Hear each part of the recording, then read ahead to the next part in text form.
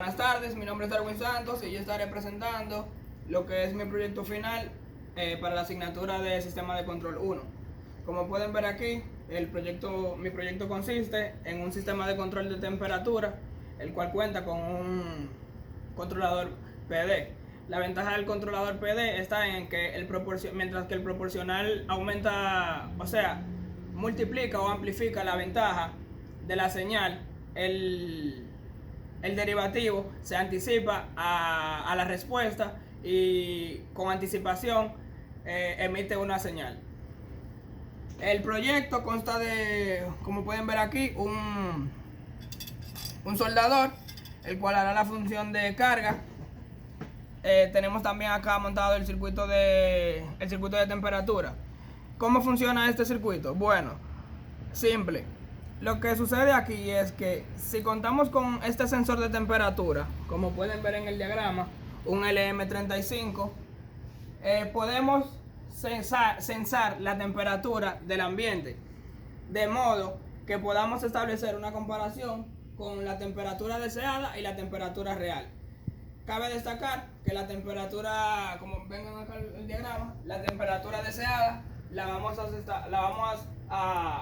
a estar manipulando gracias a este potenciómetro que se encuentra acá. Entonces tenemos ya aquí el sensor potenciómetro.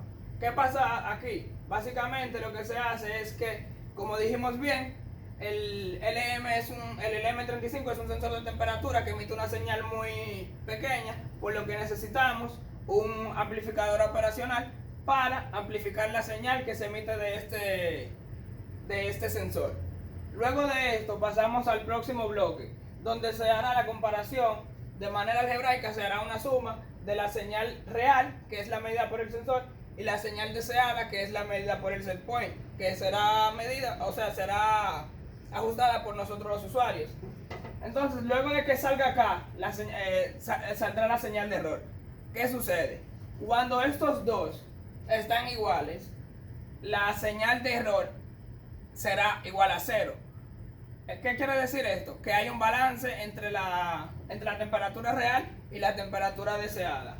También, como podemos ver aquí, tenemos lo que es el bloque de referencia. El bloque de referencia no es más que el voltaje que utilizamos de la fuente, que en este caso son 120 voltios AC, el cual pasará por un puente de diodo, un puente rectificador. ¿Qué pasa con este puente rectificador?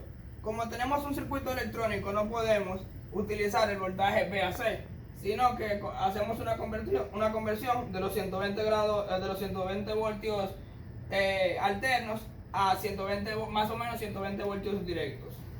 Como este es un voltaje aún muy grande, acá colocamos un optocoplador, el cual hará una conversión de más o menos a 12 voltios. También pasaremos nuevamente a un triac y filtraremos la señal hasta llegar acá al próximo op-amp. ¿Qué sucede en este op-amp? Como bien dijimos, la señal que llega aquí es la señal de error de la comparación que hicimos anteriormente entre la señal deseada y la señal del set point. Pero aquí en este bloque lo que básicamente se estará midiendo es la señal de error resultante y la de la referencia. Acá ya podemos ver el bloque del PD. Si tapamos aquí podemos ver el bloque derivativo y aquí el bloque proporcional. ¿Qué sucede aquí? Cuando el bloque derivativo se pone en manifiesto, entonces la señal de respuesta se anticipará al sistema. En caso de que el proporcional sea el que vaya a entrar en funcionamiento, la señal emitida aquí se amplificará según el factor que se le dé con el set point, es decir, por la ganancia que se configura en el set point. Ya pasando aquí, vamos a otro autocoplador con un triac. ¿Qué pasa aquí? Que como vamos a pasar al bloque de potencia, necesitamos convertir la señal DC a una señal AC para poder poner en funcionamiento el soldador. Luego de esto, básicamente esto hace lo mismo, pero de modo de rectificar, se coloca otro triac y ya la señal se convierte a 120 voltios AC. Eso sería todo. Podemos pasar aquí entonces ya haciendo la prueba física de lo que es el proyecto. Como bien dijimos, nótese que el circuito tiene una luz encendida. Si pueden enfocar acá también, vemos que se registra un voltaje de 50 voltios. ¿Qué quiere decir esto? Que como el sensor de temperatura no está captando que el sistema está caliente, o sea que hay una alta temperatura, entonces quiere decir que seguirá en funcionamiento.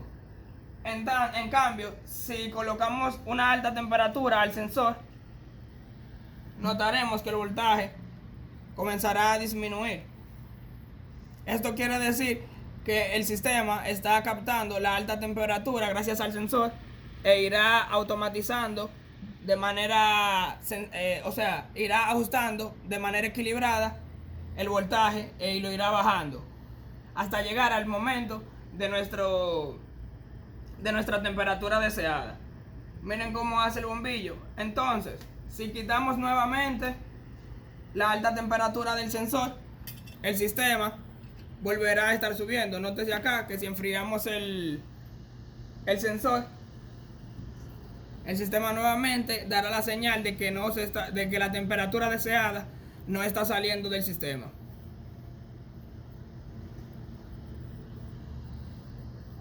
Esto sería todo y este es mi proyecto final de la asignatura Sistema de Control.